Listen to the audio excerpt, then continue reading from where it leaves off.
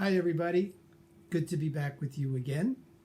I want to pick up where we left off on the last video, talking about living in the now. And I ask your indulgence in this video because in the last video and this one, I'm going to be referring to notes that I prepared. And the reason I'm doing that is I have a lot I want to accomplish and do it in the right way. And I'm not comfortable speaking off the top of my head and being sure that I got it right. So I won't be looking at you as much eye-to-eye contact in this particular video. In the prior video, video number 51, I talked about there being no past, present, or future. But in actual fact, we use these terms quite frequently throughout our lives.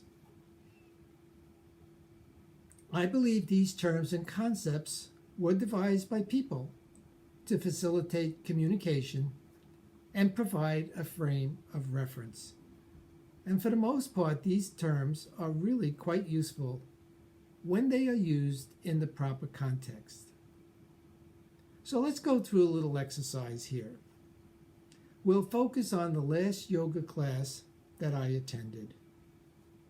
Because it was my last class, we could say that it happened in the past.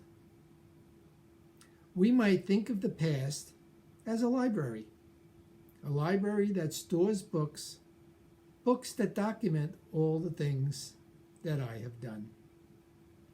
And in that library, there is a book that contains information about Frank's last yoga class. But this library doesn't exist. There is no place, no storage place where past events accumulate, because there are no past events to accumulate. My last yoga class only exists in my memory. You could say, yeah, but you wrote that down on your calendar, and the yoga class did exist in the class, and we have proof that the class happened on April 4th, 2019.